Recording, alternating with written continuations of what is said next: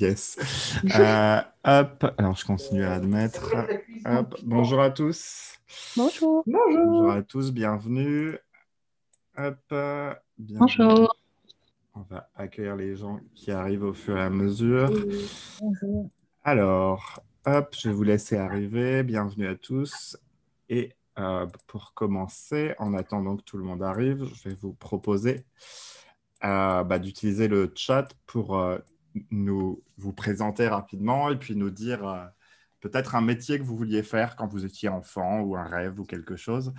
Et pour ceux qui ne trouveraient pas le chat, normalement, c'est dans la barre du bas, si je ne dis pas de bêtises, avec un petit icône au milieu. Mais je pense que tout le monde est pas mal sur Zoom maintenant, après Conversé. un an et demi. Le nom, c'est conversé. Conversé, yes. Alors, hop. Bienvenue à ceux qui viennent d'arriver. Hop. Peut-être que les intervenants, on peut lever la main parce que ça nous met en début de liste. Donc, c'est facile à repérer pour. Ouais, Euh, carrément. je dis ça, mais il faut que je le fasse. Mais voilà. Hop.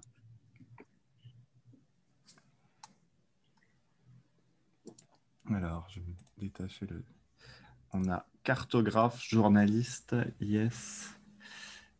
Hello à tous. Pour ceux qui viennent d'arriver, du coup, le temps que les derniers arrivent, on vous laisse nous dire un métier que vous vouliez faire quand vous étiez jeune, enfant. Yes, on a du pilote de course et du gendarme. Je ne sais pas si c'est lié. Pédiatre, jouer. Yes. Alors, bienvenue à tous. Hop.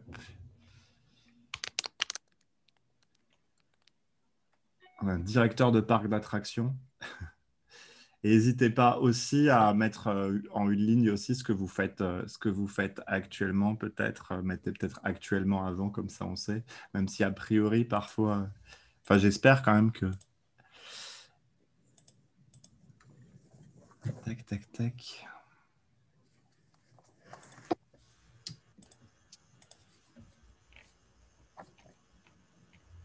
Yes, institutrice, yes. Ok, ok. Bienvenue à tous. Je vois on a quand même pas mal de choses. On a boulangère aussi pour les, les croissants du matin. Yes, merci Catherine. Directeur de part d'abstraction. Faire des arts plastiques, maquettiste pour une revue. Yes, c'est précis. Ok, merci pour tout ça. On va laisser les derniers. Je vois qu'on a... Est-ce que pour les épingler, c'est bon ou pas encore? Non. Hop, je vais juste fixer. Ok, ok. Alors, je vais juste enlever la... si vous voulez, bienvenue à tous, du coup. Ce soir, du coup, on a réuni finalement toutes les personnes ici présentes parce qu'on avait, alors, hop, envie de parler d'un sujet assez large qui est comment travailler dans le monde du jeu, de la gamification. Et peut-être le temps que les derniers arrivent, on peut finalement laisser aussi se présenter nos intervenants. Alors, on leur a demandé un petit exercice aussi, finalement, pour préparer ça. Donc, c'est ce que vous voyez là. Mais ils vont vous le redire, redire rapidement. Peut-être, Margot, si tu veux commencer sur ce qui t'a finalement le lien au jeu dans ton milieu professionnel et puis qu'est-ce qui t'y a amené? Oui. Alors du coup, le métier que je fais aujourd'hui n'a rien à voir avec ce que je voulais faire quand j'étais petite. Je voulais être vétérinaire pour dauphin. Je réponds à la question à la question de l'icebreaker. Mais aujourd'hui, en fait, je gamifie des processus RH pour mes clients et plus particulièrement tout ce qui est expérience candidat et expérience collaborateur. Et pourquoi on en est, enfin, je dis on parce que j'ai fondé mon entreprise avec mon associé qui s'appelle NeoJob et mon associé s'appelle Hugo Laval, deux choses différentes. Mais on a voulu mettre du jeu parce que on a découvert qu'il était possible pour les candidats de vivre une expérience candidat qui était agréable et puis finalement de montrer de quoi ils étaient capables en entretien et pour l'entreprise de diffuser une image enfin une image employeur qui était beaucoup plus adaptée, beaucoup plus sympathique, moins anxiogène et puis après de fil en aiguille on en est arrivé à gamifier d'autres processus RH Mais c'est ce qu'on fait et c'est le lien avec le jeu aujourd'hui. Voilà. Yes, merci. Du coup, peut-être qu'on peut enchaîner en ligne du coup avec Valérie. Oui, alors bonjour à toutes et à tous. Moi, je suis cofondatrice de Jeux d'Enjeux avec la boulangère, Catherine, qui voulait être boulangère tout à l'heure. En fait, on amène le jeu dans les processus créatifs, parce que moi, à côté de ça, je suis consultante en innovation, donc j'en ai besoin pour animer un certain nombre d'ateliers, mais également en formation, et puis parfois aussi en team building. Et qu'est-ce qui m'y a amené, puisque c'était la question, en fait, le jeu nous a paru assez rapidement et évident, parce qu'on avait une idée en tête, toutes les deux, qui était de voir comment on pouvait accompagner des porteurs de projets avec une solution qui pouvait être frugale et nomade, c'est-à-dire pas le énième incubateur. Et donc, le jeu, en particulier, nous, on fait des jeux de cartes, ça tient dans la poche, c'est plutôt pas mal.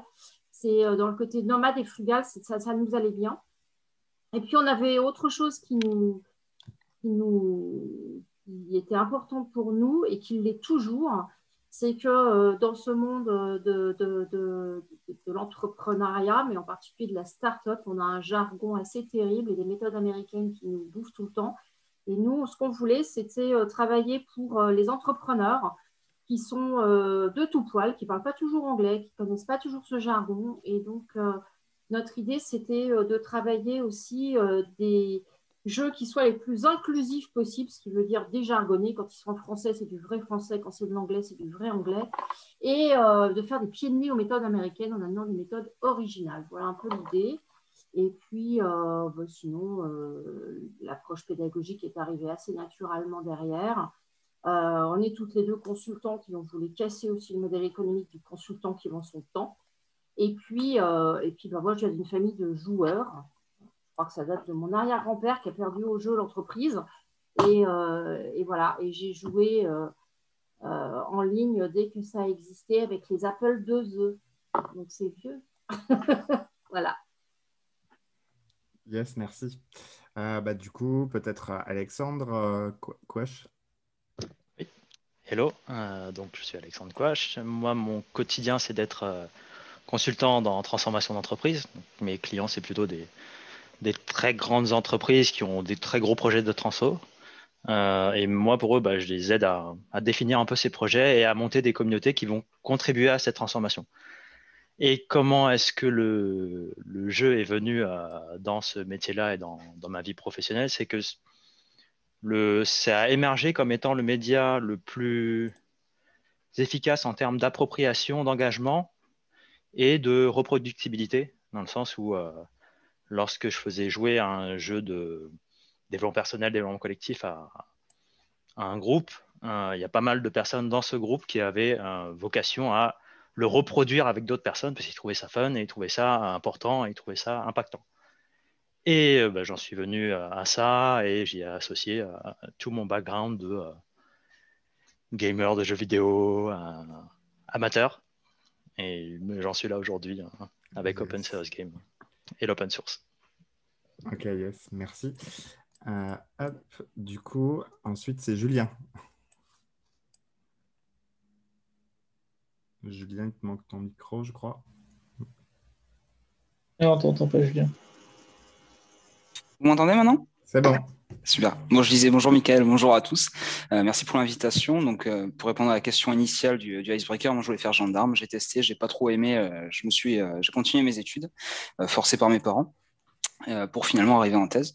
Pourquoi je me suis inscrit en thèse dans la gamification, c'est puisque j'ai commencé à travailler à l'âge de 14 ans dans des métiers qui étaient un peu précaires, un peu sans grande responsabilité et pas très marrant. Et du coup, j'ai découvert qu'en mettant un peu de compétition, un peu de coopération dans le travail, il devenait tout de suite beaucoup plus agréable et sans forcément penser que c'était une forme, une pratique normale. Et j'ai appris ça en Master 1, que la gamification existait, que j'en faisais un petit peu de mon côté. Donc, je me suis dit, pourquoi pas faire une thèse pour comprendre un peu mieux cette pratique, prendre de la hauteur aussi sur ma consommation de jeux vidéo qui était assez haute dans le passé. et l'utiliser pour rendre le travail un peu plus agréable pour certains salariés. Yes, merci. Peut-être Clémence, du coup. Bonjour Mickaël, bonjour à toutes et à tous. Donc moi je suis Clémence, je suis designeuse d'expérience et médiatrice ludique. Donc je conçois des expériences, c'est très large, mais en même temps c'est vrai que j'ai des projets qui sont très variés. Et médiation ludique, c'est-à-dire que j'utilise le jeu comme support pour sensibiliser, pour transmettre des connaissances, pour mettre en valeur des lieux, mettre en valeur parfois des produits. Voilà. Le jeu comme un support. Et comment est-ce que je suis arrivée à ça? Eh bien, j'étais dans une première vie, j'étais journaliste. Quand j'étais petite, j'ai voulu faire plein de choses, mais j'ai voulu notamment être détective privé. Et il se trouve qu'après ma carrière de journaliste, je me suis retrouvée à travailler en escape game. J'ai dirigé un escape game, donc on retrouve le petit côté enquête. Et puis depuis, le jeu ne m'a pas lâché. La place que j'y consacre dans mon travail a évolué en revanche. Aujourd'hui, c'est vraiment la conception d'expérience au sens large qui est centrale, avec ou sans composante ludique dedans, mais quand même très souvent encore avec. Yes, merci. Merci. Susan, est-ce que tu veux prendre la suite? Ouais, avec plaisir. Alors, moi, je vais commencer par ce que je voulais faire petite. Moi, je voulais tester des jeux et écrire dans les magazines de jeux. Voilà, c'est une belle ambition. Je voulais travailler à Cassius Belli et faire des trucs, voilà. Et puis je me suis vite dit que c'était pas possible, donc j'ai fait complètement autre chose. Mais pourquoi je fais des jeux aujourd'hui? En gros, j'ai des parents qui étaient très portés sur l'éducation, la pédagogie, etc. J'ai eu la chance de faire une école Montessori quand j'étais petite, où, avec une pédagogie qui est très différente de ce qu'on va dire de l'école classique. Et puis, marier la pédagogie avec du coup les jeux, une famille de joueurs enfin plus.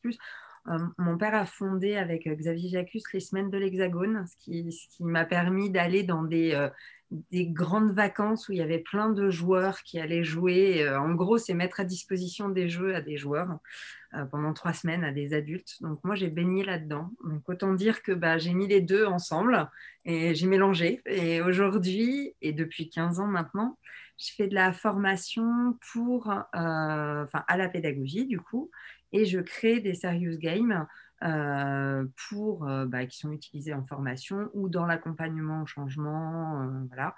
À titre d'exemple, alors pour des clients, les serious games, ça peut être là, je travaille sur un serious game sur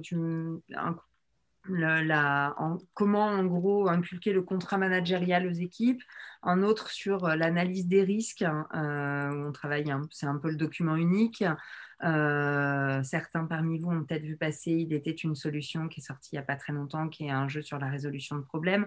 Enfin, voilà. Après, mais l'idée, c'est de transmettre, de se dire que le jeu est un très bon outil, c'est pas le seul, mais c'est un très bon outil pour transmettre, faire évoluer, former et permettre aux gens de renouer avec le plaisir d'apprendre, qu'ils sont souvent perdus à l'école.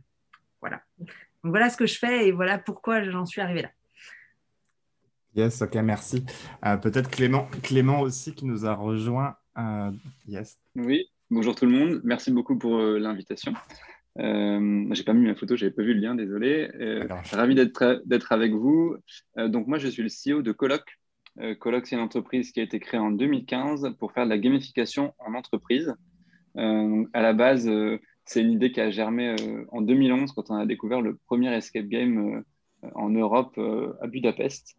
À l'époque, avec mes associés, on était dans des grosses boîtes. On était des joueurs et on voyait que, pour reprendre ce qui a été dit un peu en amont, il n'y avait pas forcément de plaisir, il y avait des problèmes de communication. Et le jeu était, selon nous, un super outil pour débloquer tout ça. C'est un peu la vision de base qui a fondé Coloc.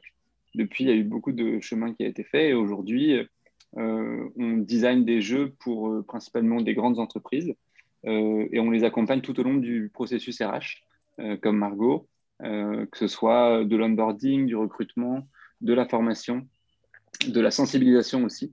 On est vraiment convaincu que le jeu, c'est vraiment le média du futur. Il transmet du plaisir, de l'énergie, que c'est un meilleur moyen de retenir les notions en entreprise.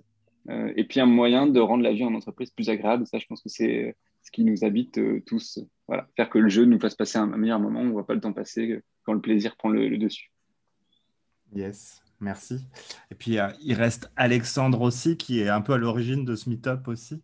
Ouais. Alex, yes. Bonjour à tous. Effectivement, je suis bien d'accord avec toi, Clément. J'ai commencé du coup par la deuxième question. Qu'est-ce qui m'a amené à me diriger vers la gamification?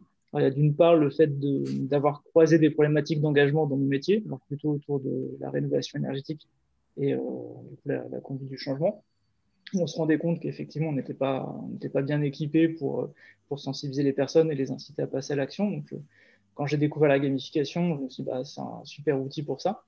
Mais aussi tout simplement parce que je passais pas mal de temps à jouer, notamment à World of Warcraft, qui est du coup un jeu de rôle en ligne avec plein de joueurs. Et effectivement, c'est quelque chose qui est super engageant. Et du coup, quand j'ai découvert la gamification, je me suis dit, effectivement, il y a sans doute quelque chose à faire pour essayer de tirer l'essence de ces jeux qui sont super engageants pour les transposer sur d'autres sujets. Et du coup, pour répondre à la première question, bah, quel est le lien au niveau professionnel avec la gamification? Bah, du coup, j'accompagne des clients avec Mickaël et Nilo sur des questions de gamification, sur des sujets assez variés, bah, comme un peu tout le monde dans l'audience. Voilà. Et l'idée, c'est aussi de créer des outils pour faciliter tout simplement la pratique de la gamification, donc comme les gamificards pour ceux qui ont déjà vu passer l'outil. Voilà, Yes. voilà. Yes, merci. Bah, merci à tous. Vous avez vu effectivement Alexandre, quand il a lancé un peu l'appel de qui c'est qui veut témoigner, etc. Finalement, on a eu plein de gens et en plus, je sais qu'il y en a pas mal cachés dans l'Assemblée aussi, qui étaient prêts à témoigner et puis à finalement donner les choses. Ce qu'on a fait, c'est qu'on a récolté déjà pas mal de questions aussi qui nous ont été envoyées. Donc, ce que je vais peut-être faire, c'est que je vais peut-être arrêter le partage d'écran parce que il va surtout nous servir à prendre des notes et on vous enverra le PDF avec les questions et les liens et les choses qui ont été partagées. Mais je pense que je vais arrêter le partage d'écran. Ce sera plus sympa pour voir les gens. Et donc, je vais aller piocher dans les questions qui sont dans le mural, mais n'hésitez pas aussi si vous avez des questions sur le parcours, sur des questions sur comment on y va, à les poser dans le chat aussi. On va essayer de les récupérer au fur et à mesure et d'y répondre. Du coup, moi, Michael, je suis aussi de feedback et j'en profite pour faire Je vais aussi être un peu pénible sur les timings et l'animation pour qu'on tienne jusqu'à max 20 heures, qu'on arrive à tenir tout ça et qu'on arrive à entendre un peu tout le monde aussi et à prendre un maximum de questions. Donc, c'est parti. Je vais arrêter le partage du coup pour que... Voilà. Et du coup, si vous voulez, je vais aller chercher une première question. Je sais... hop. Alors, c'est pas ça. Alors, je pense qu'il y a des questions qui sont plus ciblées que d'autres. Allez, je les prends comme elles viennent. Peut-être pas simple, mais est-ce que la première question que j'avais, c'est une question sur c'est quoi le quotidien quand on travaille dans le jeu? Est-ce que c'est joué? Est-ce que quelqu'un veut répondre? Allez, je vais désigner. Est-ce que Susan, par exemple, et puis je te laisserai désigner une personne suivante après. Ah, c'est vache! En tout cas, je peux répondre, mais je te laisserai désigner l'autre.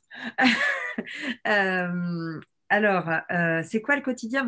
Sincèrement, je pense qu'il est différent. Je vais donner le mien, mais je pense qu'il est très différent selon ce qu'on fait.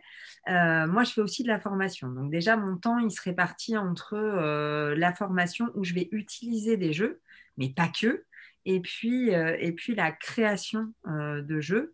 Je joue beaucoup moins qu'à une époque, hein, mais vraiment beaucoup moins. C'est triste à dire, mais je n'ai jamais aussi peu joué que depuis que je travaille sur les jeux.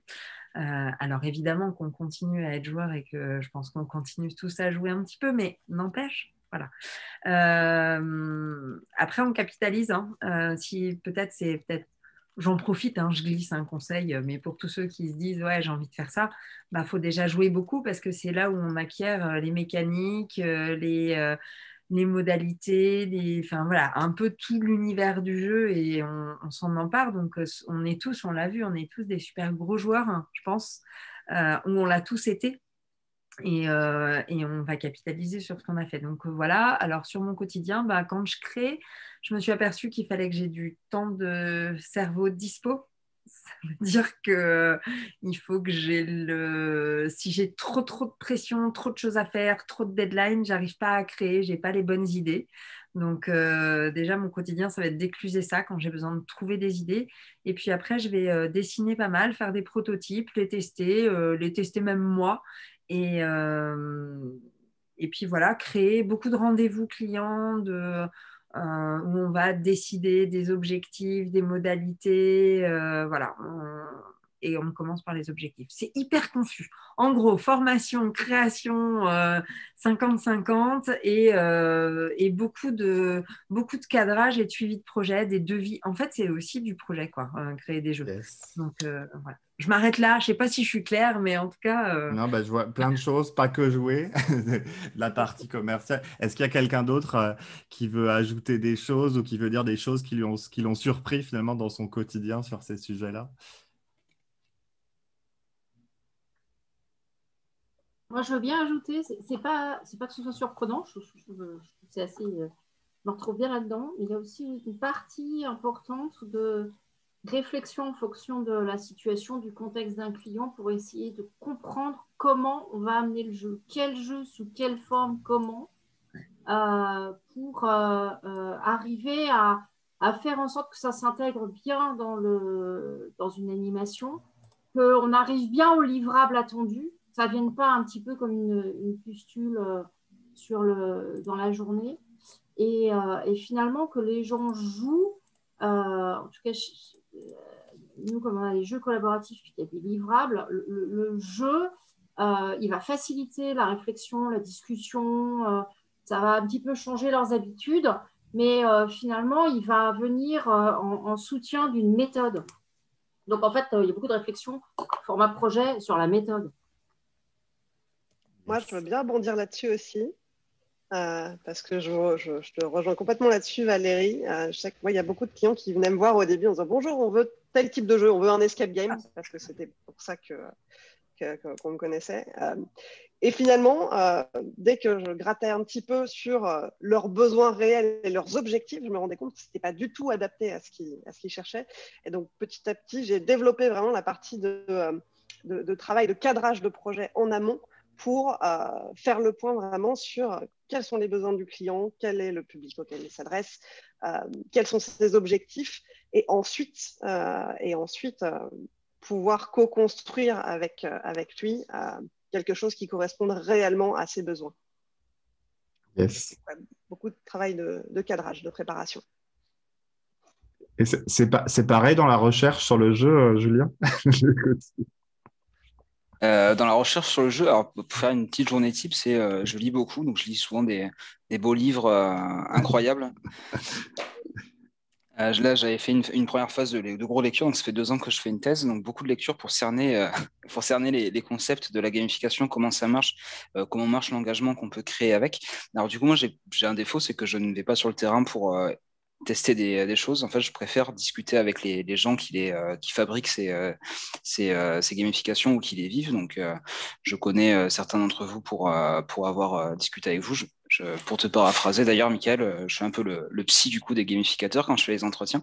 Et c'est comme ça que j'apprends beaucoup sur les pratiques que vous menez pour la faire fonctionner. Mais après, alors je rejoins Susan sur la pratique du jeu vidéo que j'ai beaucoup perdu. Le fait de pouvoir réfléchir, de pouvoir comprendre, je pense, comment ça fonctionne et quels sont les mécanismes, quels sont les déclencheurs psychologiques qui animent le joueur. Bah, du coup, quand on joue, on réfléchit beaucoup à ça et ça nous perd du flow, ça nous perd de l'engagement. Donc, c'est un peu dommage pour le coup de travailler sur le jeu sans rentrer dans le jeu quand on y est. Mais voilà, après, je pratique pas forcément de gamification, en tout cas pas pour mes formations et pas dans le cadre de ma thèse, à part certaines petites choses. Voilà. Yes, merci. Est-ce qu'on est bon? Je vous propose aussi, j'ai vu que les notes commencent à se prendre sur le mural. S'il y en a qui veulent rajouter des choses, n'hésitez pas. Je vais aller chercher une question suivante. J'ai vu que c'était une question sur les compétences à mettre en avant en CV, en entretien, pour être légitime à travailler sur de la gamification. Est-ce que là-dessus, est-ce qu'il y a quelqu'un qui veut répondre, qui a une idée?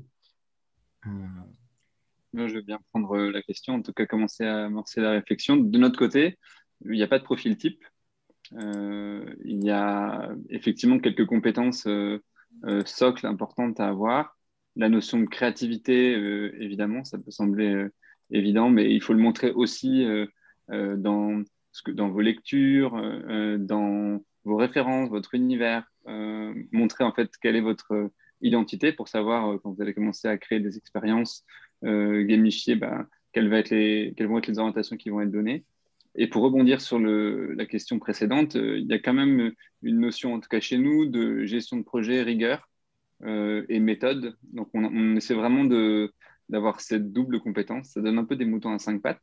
C'est pour ça que ce n'est pas des profils qu'on trouve forcément dans des cursus très standards, quoi. Parce qu'à la fois avoir un esprit très créatif et une grosse énergie, mais également avoir la capacité de cadrer un projet, c'est des compétences qui peuvent paraître assez éloignées.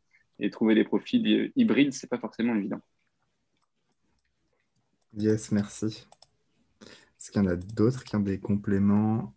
Oui, pour rebondir sur ce que disait Clément, du coup, effectivement, nous, c'est pareil, on ne regarde pas forcément les personnes qui ont fait de la gamification, qui ont un certificat de gamification ou quoi que ce soit, puisque déjà, il n'y a pas réellement de formation en gamification. Enfin, maintenant, il y en a de plus en plus, apprendre ce qu'est le game design, etc. Et en fait, nous, pour la petite anecdote, on a recruté une collaboratrice qui n'était pas du tout, enfin, on n'avait pas de notion de gamification sur son CV.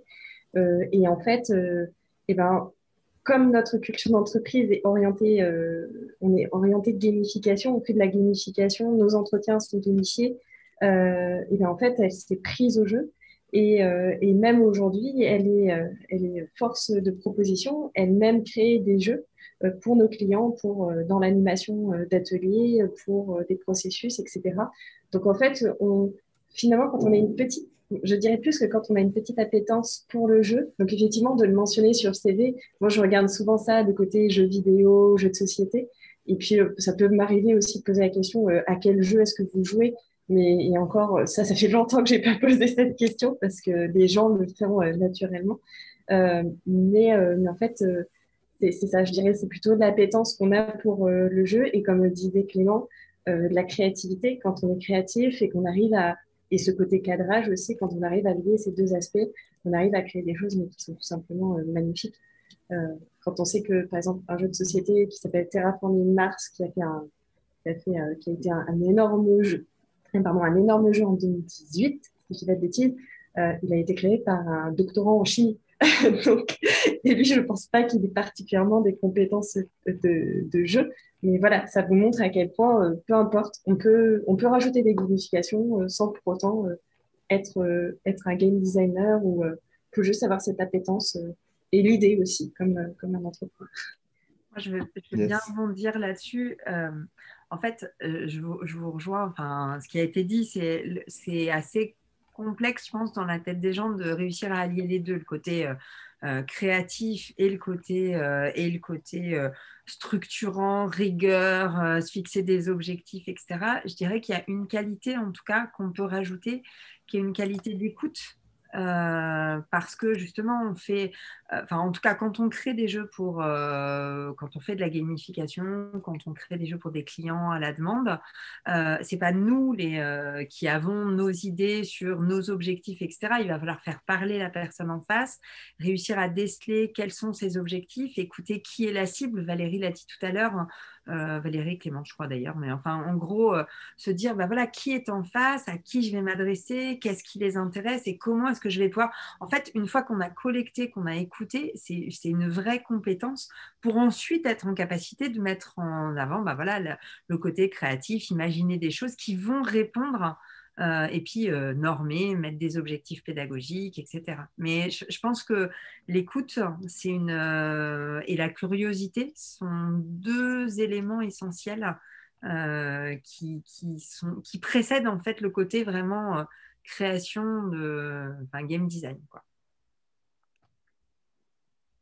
Yes, merci.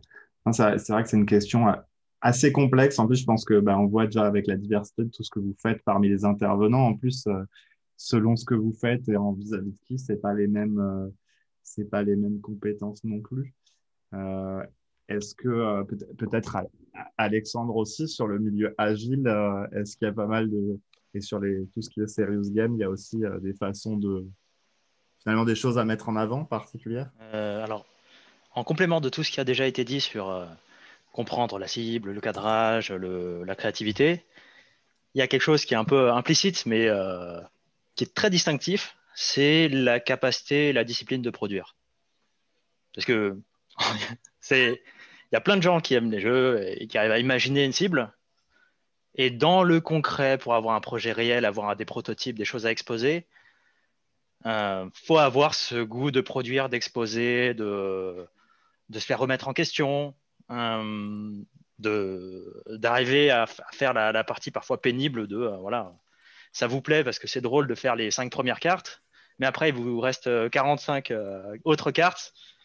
Cette discipline-là pour produire, c'est nécessaire. Ça fait partie des compétences de capacité de pénibilité. Et même si on est dans un cadre qui nous engage, il y a cette qualité-là dont on a besoin pour avoir vraiment un impact. Sinon, Yes. c'est de l'imagination et c'est beaucoup de ventes dans un entre-soi, mais ça sort jamais. Et ça, j'en ai vu plein aussi. Yes, important aussi, ouais, produire.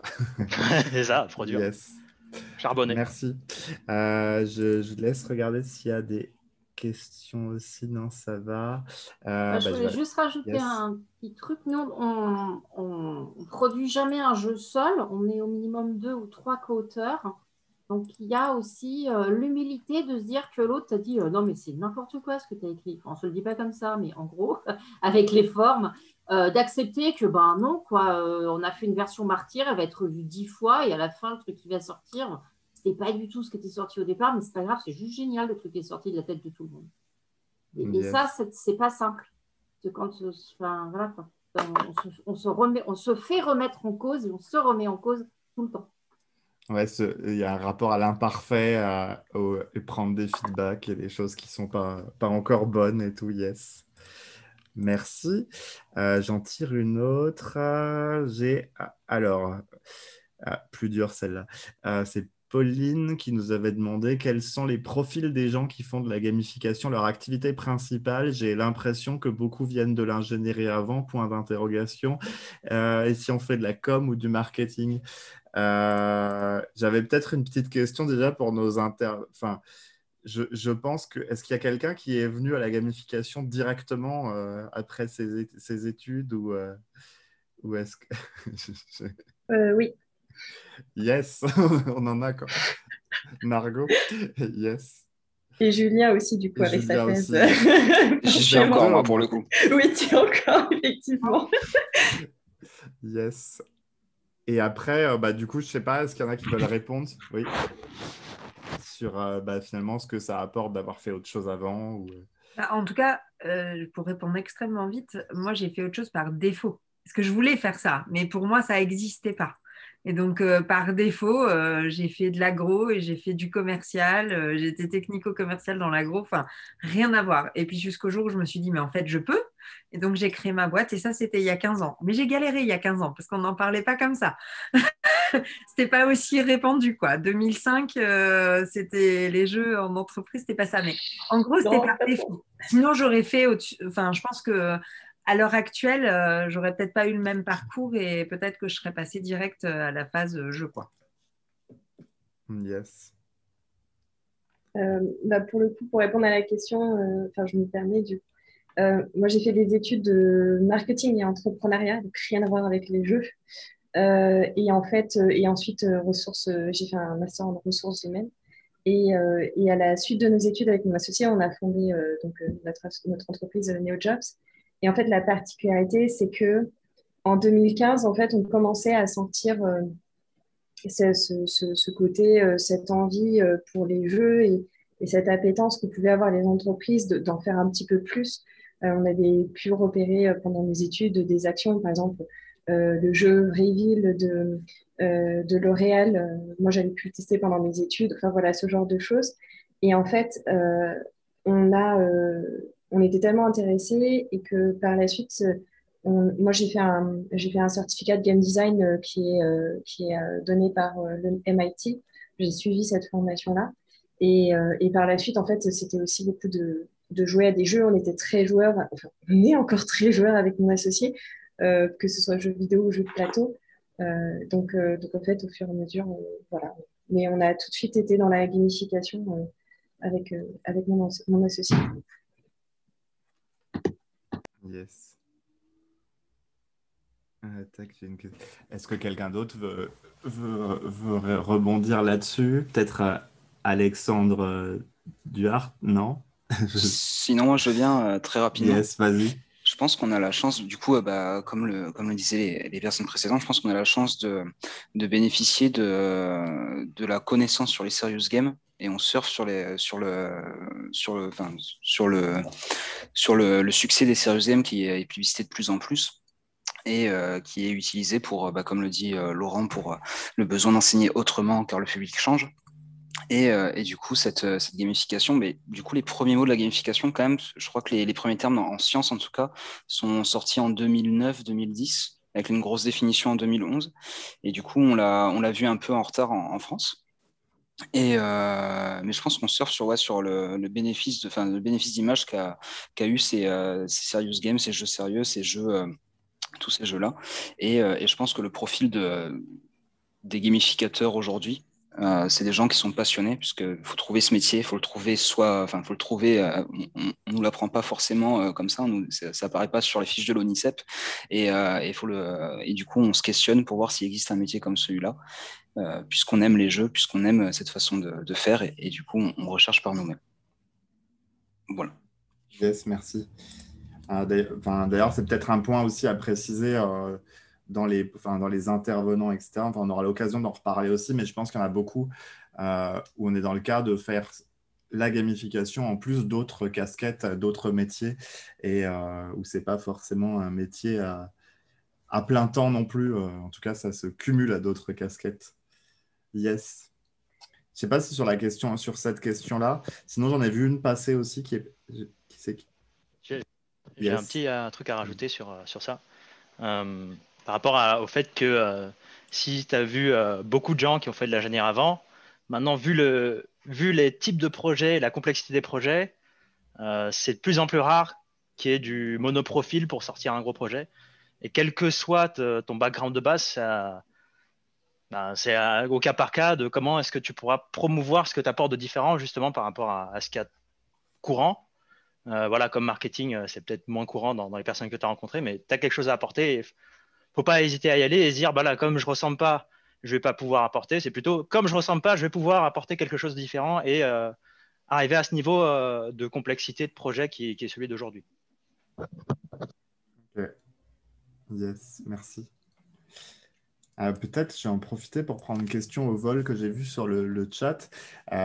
Comment on fait pour trouver un emploi dans la gamification? Est-ce que quelqu'un se sent de répondre?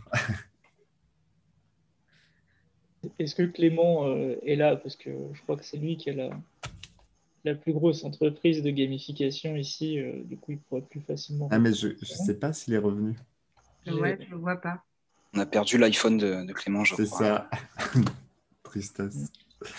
Mais je vais peut-être bien commencer à répondre avec les entretiens que j'ai faits. Donc, j'ai interviewé une quarantaine, cinquantaine de gamificateurs pour ma thèse.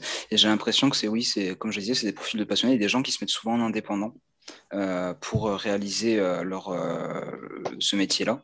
Il y a aussi des personnes qui rentrent dans une entreprise, qui proposent des services games, qui proposent des innovations pédagogiques, des innovations managériales, et finalement créent presque eux-mêmes leur emploi de gamificateur au sein de cette entreprise. Il en existe très peu de ce que j'ai vu quand même des postes spécialisés dans la gamification. Après, je pense qu'il y a quand même des musées, du patrimoine qui cherchent des personnes qui sont spécialisées là-dedans et qui veulent améliorer présenter ce patrimoine sous une approche ludique, ce qui se fait de plus en plus aujourd'hui. Mais là encore, c'est des multicasquettes, hein. Enfin, Julien, ce que tu dis, c'est que, en tout cas, pour avoir travaillé avec des musées ou avoir des projets avec, c'est sur des expériences, effectivement, où voilà, on fait de la gamification pour amener les gens à la culture. C'est de la médiation culturelle. Ça vient doucement, mais c'est souvent quand ils ont quelqu'un en interne, là encore, c'est quelqu'un qui va créer un peu son poste, c'est-à-dire qu'il a cette appétence, il a envie, c'est son poste de faire de la médiation culturelle ou de la médiation scientifique et il va amener du jeu dans son type de médiation. Et pareil pour pas mal d'entreprises. Je dirais bien que, enfin moi je te rejoins, hein, les gens que je connais, Julien, ce sont des gens qui ont créé leur poste, qui ont créé leur job ou qui ont détourné leur job en interne pour faire plus de jeux. Je ne connais pas de gens qui ont été recrutés pour faire ça.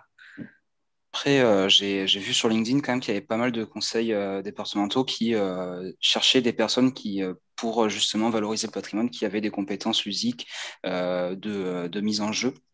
Alors j'ai vu à Montpellier, je ne sais pas pour les autres départements, enfin pour les autres villes, mais je sais, enfin j'ai l'impression que vraiment le pouvoir public les administrations commencent à vouloir recruter des gens dans ce sens-là quand même, en mentionnant bien la partie ludique, alors pas forcément la partie pas forcément le mot gamification, mais création de systèmes ludiques, ouais.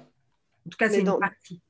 Ouais, je rejoins sinon dans ces cas-là, c'est une facette du poste, mais qui comprend en général des missions plus larges que juste la gamification.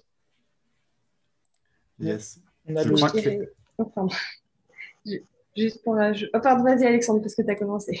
En fait, c'était juste pour faire une intro pour Clément, vu que Clément est de retour et vu que la question, du coup, c'est... J'ai une connexion terrible, je suis désolé. Non, il n'y a pas de souci. Mais du coup, la question, c'est comment on fait pour trouver un emploi dans la gamification? Et du coup, comment on fait pour bosser chez toi, quoi, en fait, c'est ça. C'est ça la question, vu que tu recrutes de toi, enfin, je ne sais pas si en ce moment tu recrutes, mais bon, tu recrutes des personnes dans ton entreprise, tu avais sans doute des réponses intéressantes à partager. Oui, alors comment les gens nous trouvent, je pense que c'est ça qui est intéressant. Nous, on utilise quand même les canaux assez classiques du marché du recrutement.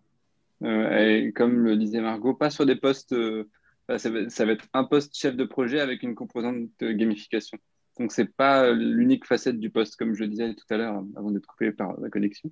Donc, comment ils nous trouvent? Généralement, c'est des gens des profils qui sont aussi multifacettes, qui sont aussi souvent en train de se reconvertir ou de chercher autre chose, qui cherchent quelque chose qui résonne plus avec leurs envies. Et donc, ils tombent souvent sur nous un peu par hasard. D'abord en voyant peut-être des expériences de certains acteurs dans les médias en disant ça existe, en fait, ce que j'aime faire dans mon quotidien, je peux en faire mon métier. Et c'est comme ça qu'ils reviennent jusqu'à nous généralement. Ça, c'est pour les profils, on va dire, les férus de jeu, donc plutôt les personnes qui sont autour de la table. C'est dans des événements comme celui qu'on a aujourd'hui qu'on se rend compte qu'en fait, oui, il y a un écosystème qui existe, qui a une variété de métiers autour de ça. Ça va du conseil à la gamification, au chef de projet. On l'a vu sur la création de pédagogie ludique, c'est très varié. Pour moi, c'est les meilleurs canaux pour voir où ça recrute. C'est dans la communauté feedback, par exemple. C'est là où, en tout cas, avant tout le monde, on peut voir ce qui se passe. Yes. Et juste pour rajouter, je pense aussi que qu'on peut créer son propre emploi avec un peu de gamification qu'il n'y en a pas à la base. Typiquement, je reprends l'exemple de la communauté feedback dans laquelle j'ai rencontré deux personnes avec qui on s'amuse à faire des analyses de recrutement qui ont été gamifiées justement. Et l'une d'entre elles travaille à la communication pour une entreprise de logistique. Et donc à la base, il n'y avait pas de jeu, mais en fait, comme elle a cette appétence pour ça, eh bien, elle a petit à petit embarqué son équipe sur le jeu en disant ça peut être intéressant, allez, on y va. Et au final, et ben, en fait, elle a embarqué tout le monde. Elle a finalement créé son propre emploi. Et je pense que c'est aussi de l'initiative des personnes d'initier ce mouvement, parce qu'encore la gamification, même si le mot est de nouveau mis en avant et parfois sous d'autres termes comme la smart gamification, alors que ça reste de la gamification, en fait, on a de nouveau cet élan et cette mise en avant. Donc, finalement, créer vous-même votre emploi, rajouter un peu de jeu. Si vous arrivez à convaincre les gens autour de vous, je pense que vous pourrez avoir l'emploi de vos rêves, on va dire. Et pour compléter, il y a une vraie dynamique côté client, en tout cas, d'où aussi le développement d'un marché qui est en train de se créer. Mais les gens ont de plus en plus envie justement d'être créatifs dans leur métier du quotidien. C'est pour ça que il y a de plus en plus de métiers comme les nôtres qui existent. Donc, c'est aussi une tendance de fond qui se développe. C'est ça qui est super positif.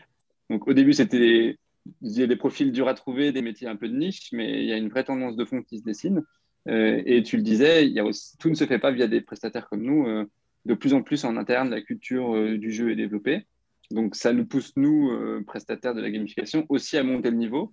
Parce que c'est pas comme il y a 5 ans quand on a commencé. Aujourd'hui, on n'est plus en terrain totalement vierge. Il y a des choses, il y a plein d'initiatives qui ont été faites. Donc, c'est super pour nous parce que ça nous pousse à aller plus loin. On arrive aussi moins dans le rôle d'évangélisation et plus, en fait, niveau 2, 3 de la gamification où on peut pousser des choses beaucoup plus loin. Quand on se retrouve à créer des jeux de recrutement pour la Poste avec des elfes et des nains, il y a 3 ans, je ne pensais pas que ça aurait été possible. Donc, on a franchi un cap intéressant.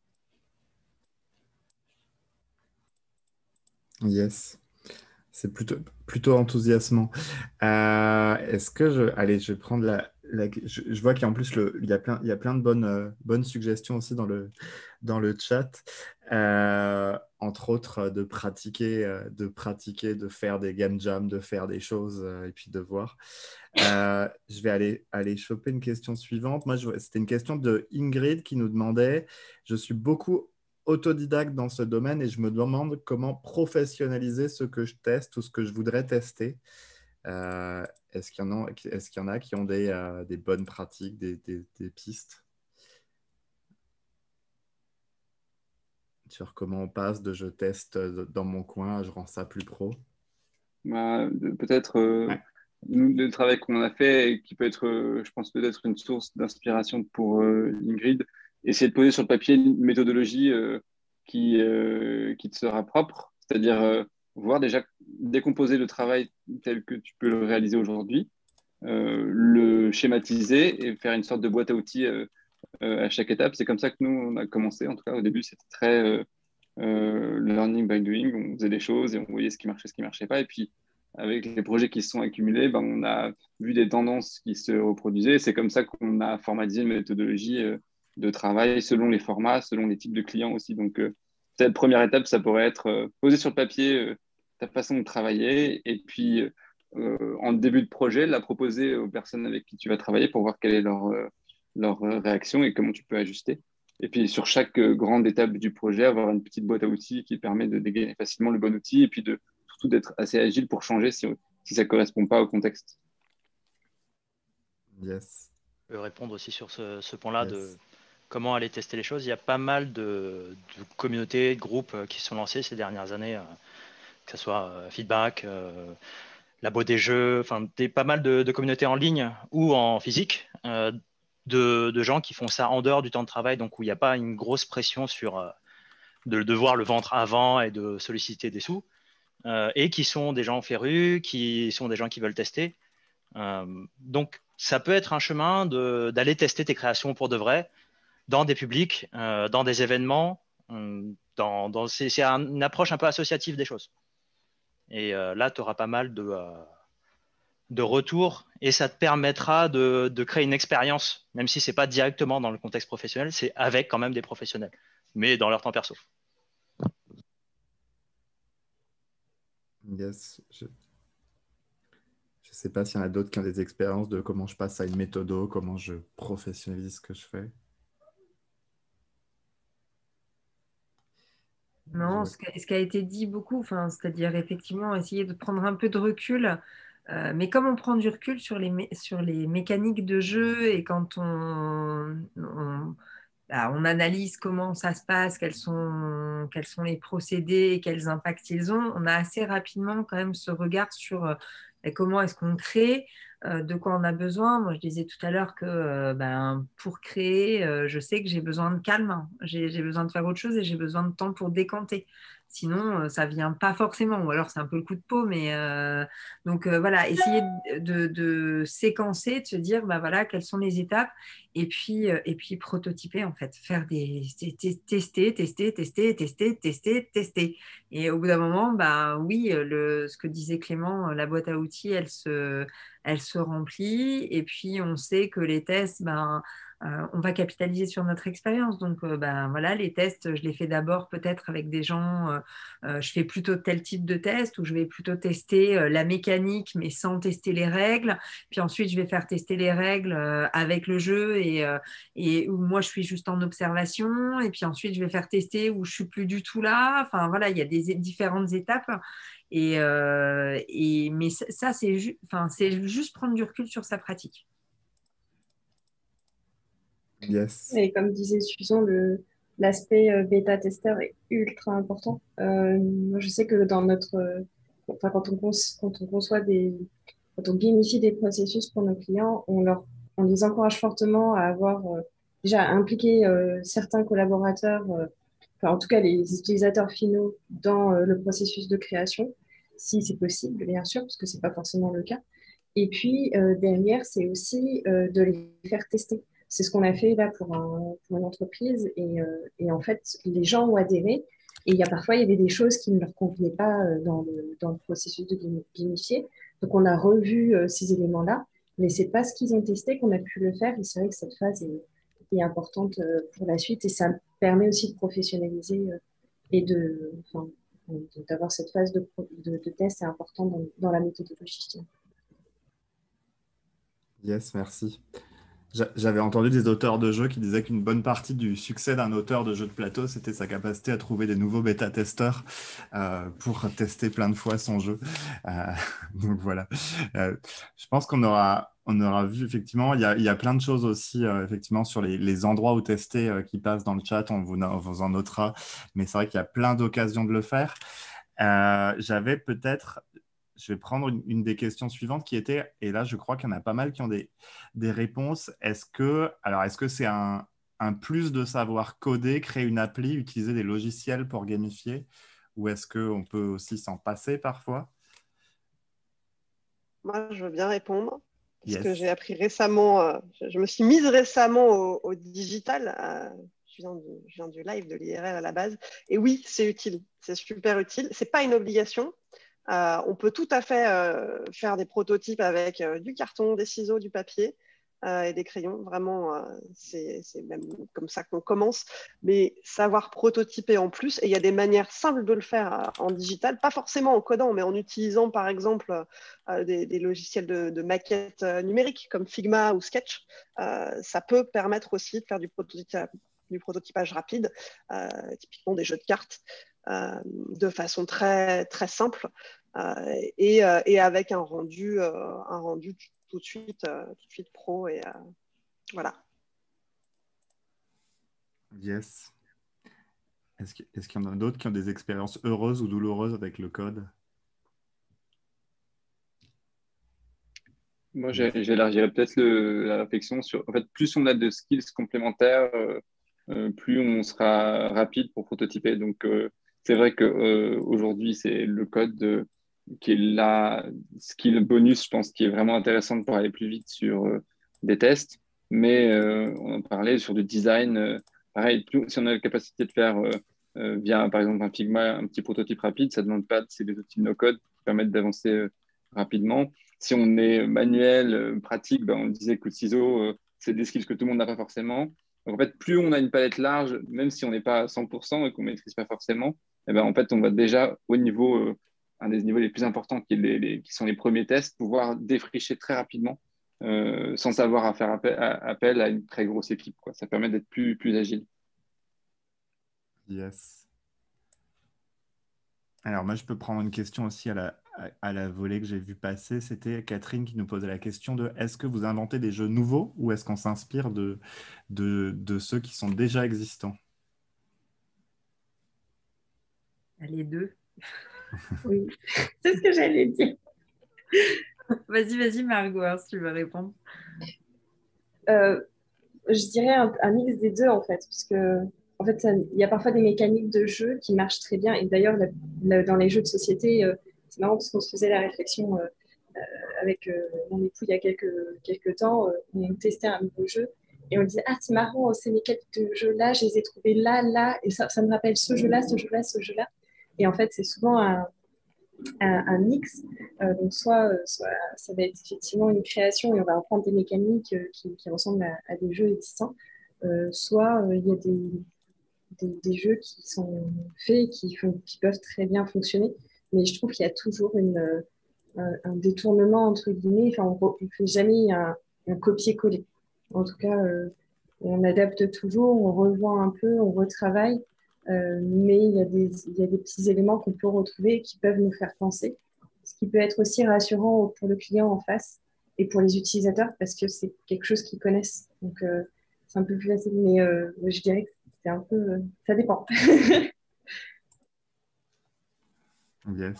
En gros, il n'y a pas d'invention. Il y en a eu quelques-unes ces dernières années, mais il n'y a pas de grosses inventions de mécanique de jeu. Il n'y en a pas tous les ans, en fait. Même les jeux qui marchent très bien, ils sont souvent... enfin, voilà, on peut lister le nombre de mécaniques de jeu et de temps en temps, il y a une nouveauté qui sort, un truc, voilà. Mais sinon... C'est quand même des choses qui vont qu'on va agrémenter de différentes façons, qu'on va relier, on va changer plein de choses. Donc, ce n'est pas du tout des jeux qui vont se ressembler. Mais par contre, dans de l'innovation pure sur des mécaniques de jeu, il n'y en a pas tant que ça, il n'y en a pas si souvent. Donc, on va avoir des jeux qui sont complètement nouveaux et on ne va pas forcément se baser sur un jeu existant pour créer quelque chose. En fait, on va créer, mais au final, dans ce qu'on crée, on va retrouver des mécaniques existantes, voilà, parce que c'est la base. Et puis après, effectivement, il y a des jeux qu'on va créer rapidement en détournant des jeux. C'est pas le même travail du tout. Et de toute façon, on détourne, on remodèle ce que disait Margot.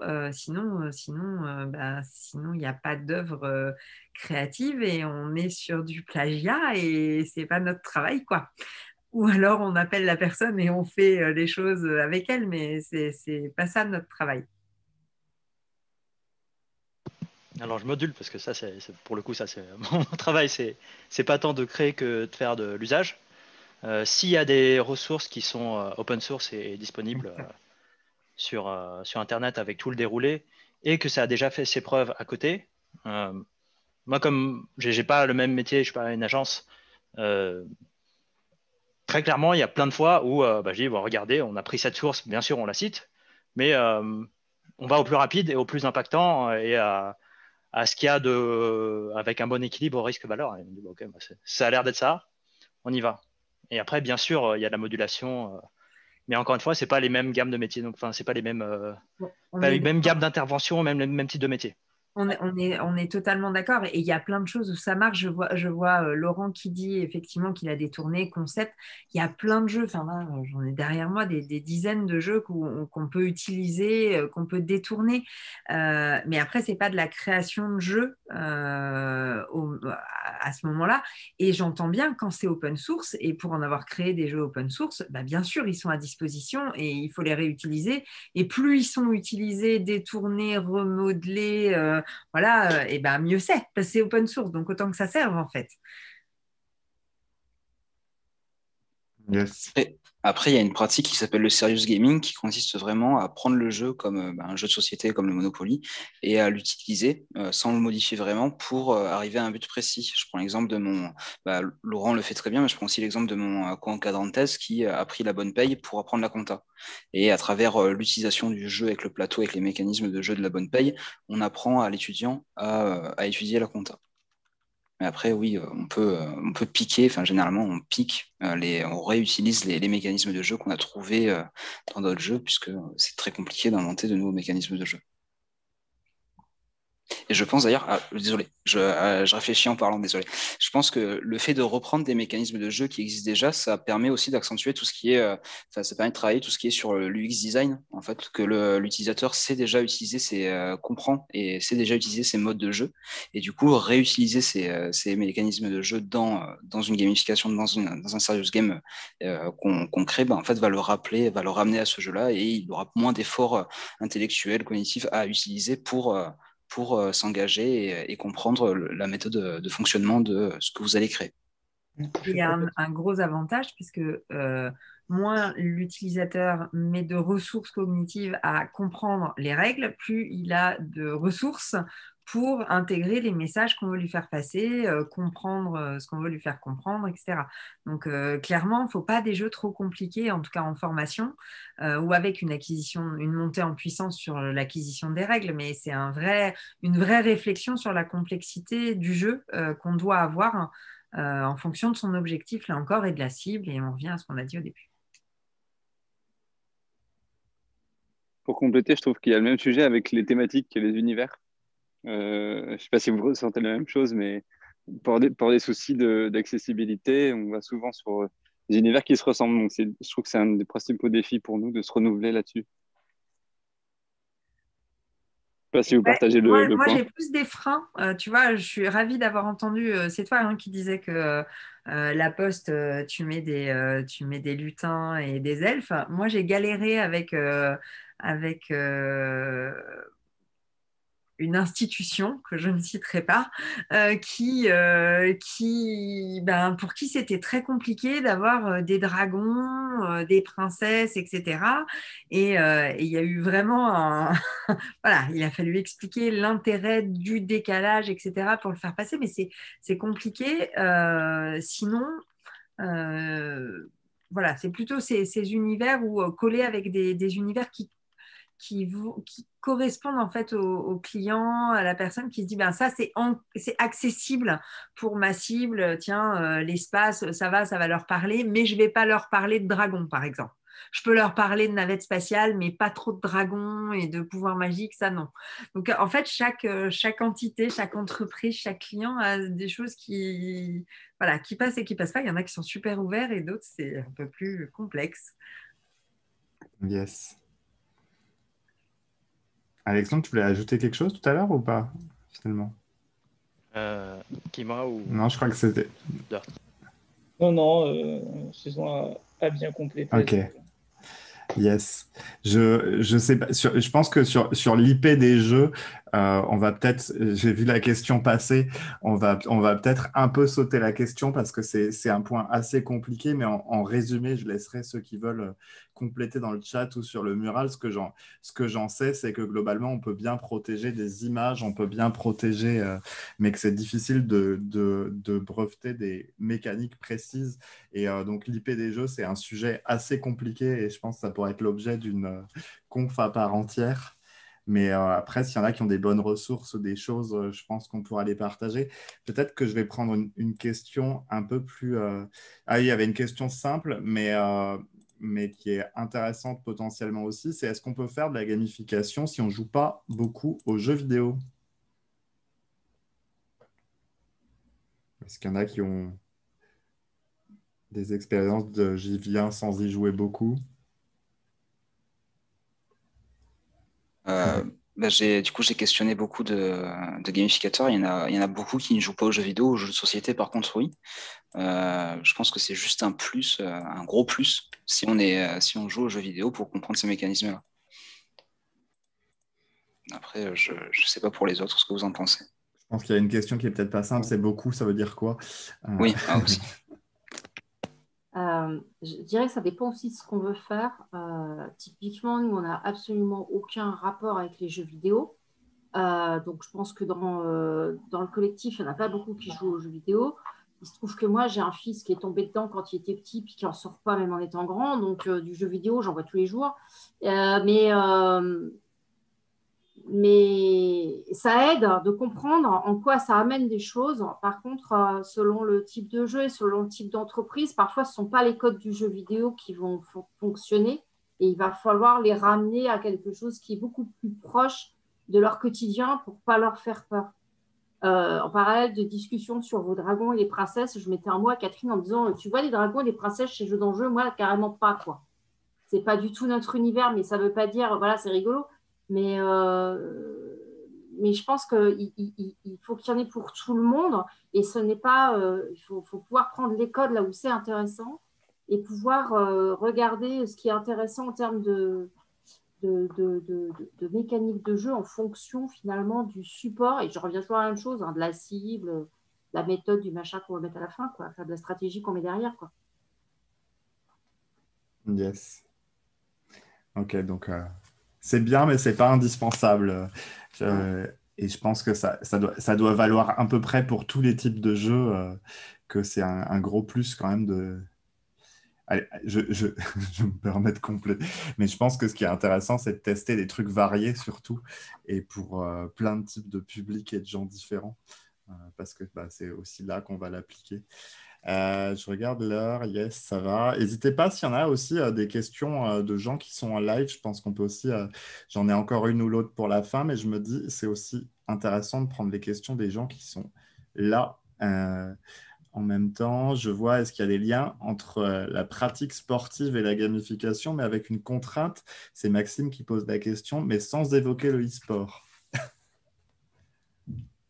Oui, pour le coup, il y en a plein. Alors, nous, nous, on ne le fait pas pour le coup, mais il y a plein d'applications aujourd'hui qui se mettent, notamment Nike Plus, si je ne dis pas de bêtises, qui permet d'encourager si vous avez marché. Il y a WeWard qui, pareil, dans le même état d'esprit, on prend en compte le nombre de pas que vous faites. Et en fonction du nombre de pas réalisés, vous avez vous gagnez des petites récompenses, oui, des petites récompenses. Et ces récompenses se transforment aussi en euros. Vous pouvez gagner de l'argent à la fin, à force de marcher. Bon, il faut marcher beaucoup pour le coup.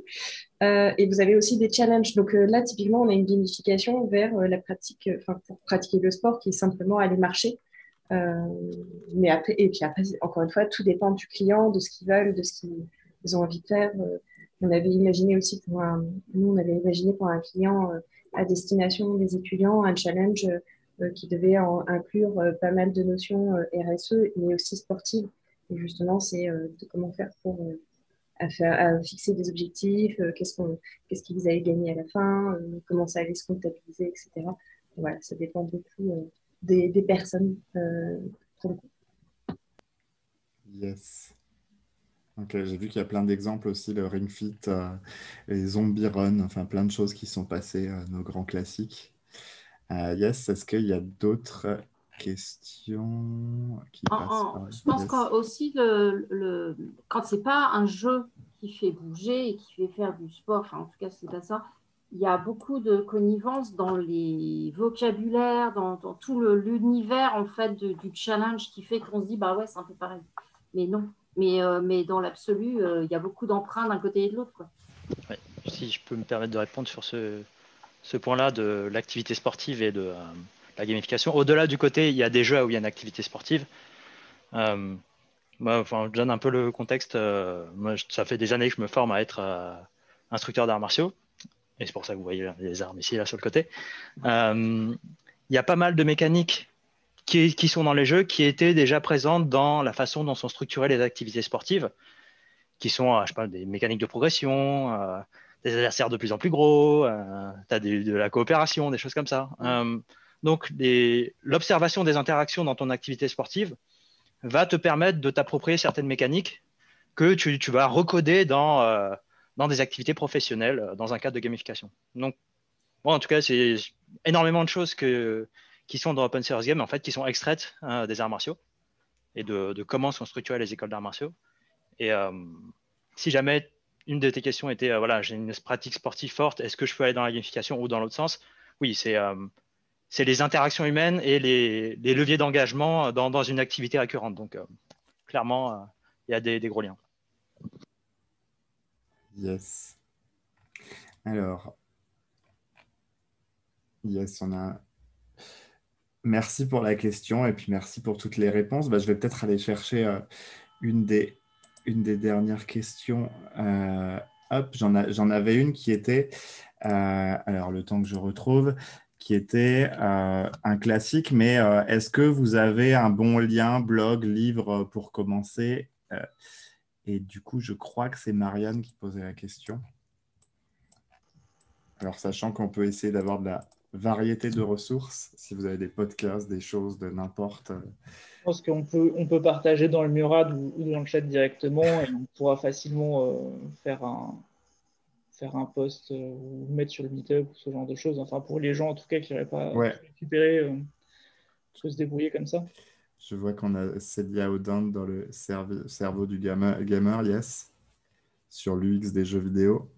Il y a pas mal de bouquins, puis quand même celui d'Alexandre, effectivement, qui est un des derniers nés.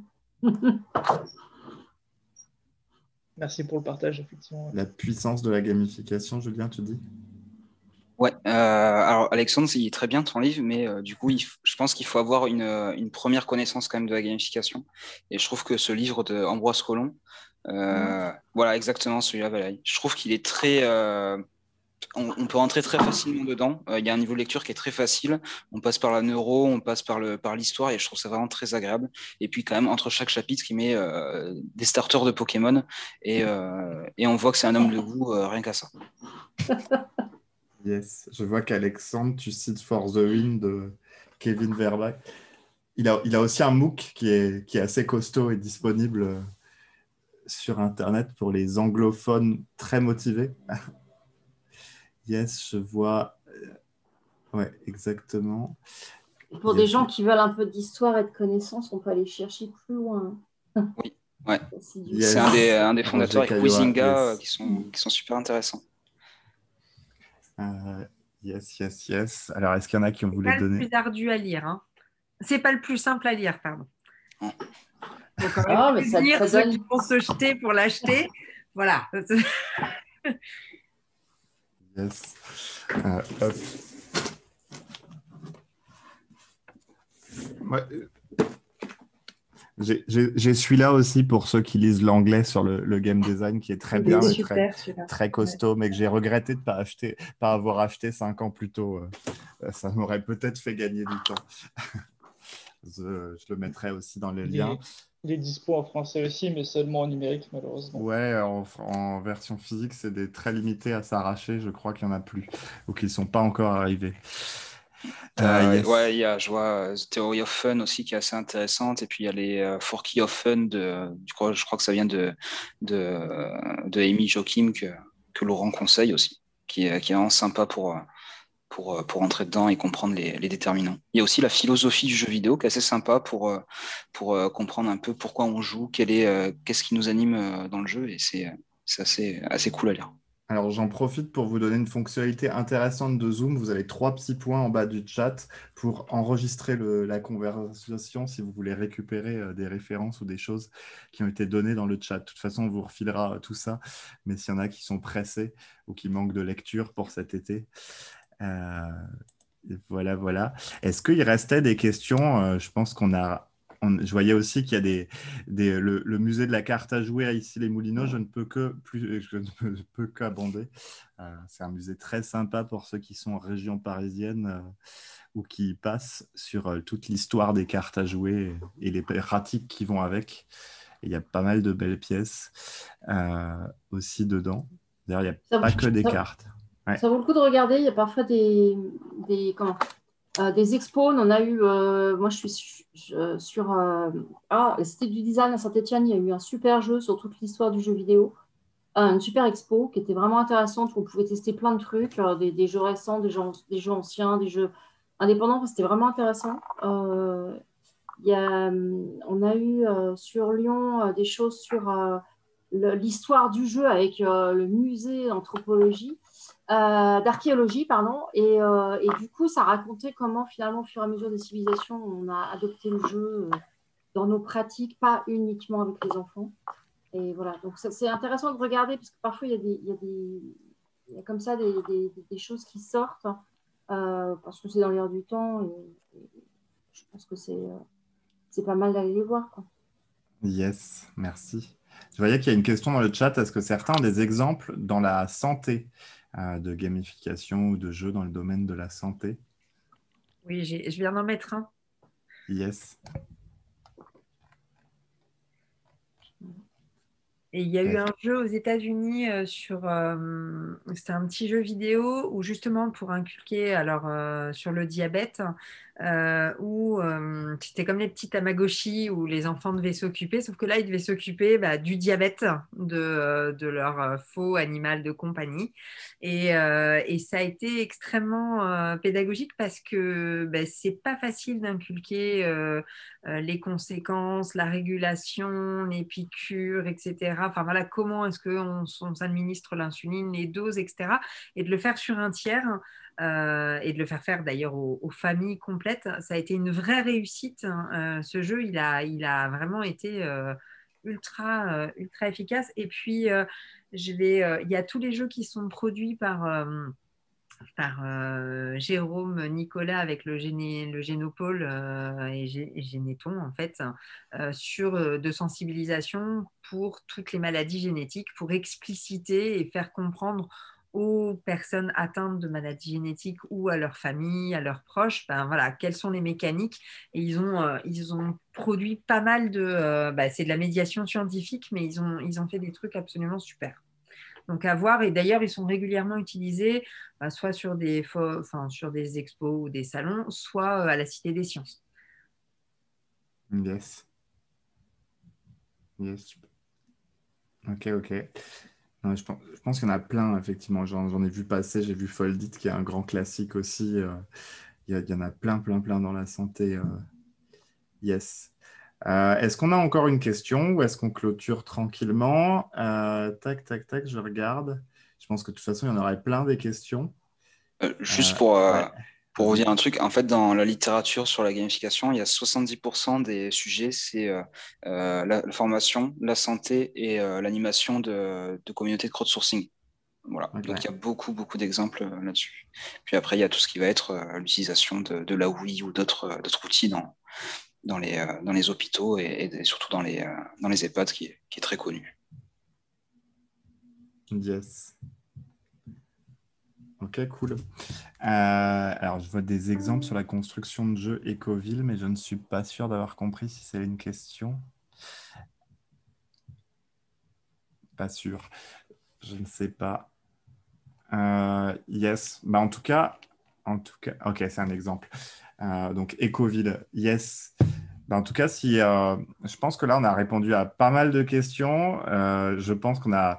Effectivement, j'ai vu aussi qu'il y avait le podcast de Mathieu Tassetti où vous retrouverez pas mal des intervenants et d'autres personnes aussi qui parlent plus en détail de ce qu'ils font aussi, qui peut être intéressant pour voir des gens qui évoluent dans le milieu du jeu en termes de compétences et de métiers. Je pense que là aussi, tous nos intervenantes et intervenants qui étaient là aussi, on aurait eu besoin de plus d'heures pour présenter ce que chacun fait personnellement, parce qu'il y a quand même plein de pratiques assez différentes, d'exemples de jeux, de façons d'y arriver aussi. Ce que nous, on va faire de toute façon, c'est qu'on va... On a a priori vos mails si vous êtes inscrit quelque part et on renverra un mail après l'événement avec le partage des éléments qui sont stockés, qui ont été mis sur le mural au fur et à mesure pour stocker un peu les réponses aux différentes questions, les liens. On récupérera aussi une partie des liens qui ont été partagés. Merci d'ailleurs à ceux qui ont aussi participé à la prise de notes collaborative. Et puis, peut-être, on peut juste vous laisser remettre un mot de merci à nos intervenants, de mettre, si vous avez des choses à nous dire en fin de conférence. Voilà, n'hésitez pas. Et puis, je pense qu'on peut dire aussi un grand merci à tous ceux qui ont répondu présents côté intervenant. Moi, j'aurais bien aimé aussi avoir plus de gens pour m'en parler il y a quelques années de ce qui était possible de faire et ce qu'on faisait. Et merci à tous ceux qui étaient là aussi pour poser des questions, participer, écouter. Voilà. Je ne sais pas s'il y en a qui veulent dire un mot encore côté... Merci à toi pour avoir monté tout ça. Yes. Voilà. Et puis après, moi, ce que je peux dire de notre côté, c'est que côté feedback, nous, on a toujours la communauté qui est accessible avec plein de gens que vous pouvez retrouver. On parlait de pratiquer, je pense que c'est l'idée.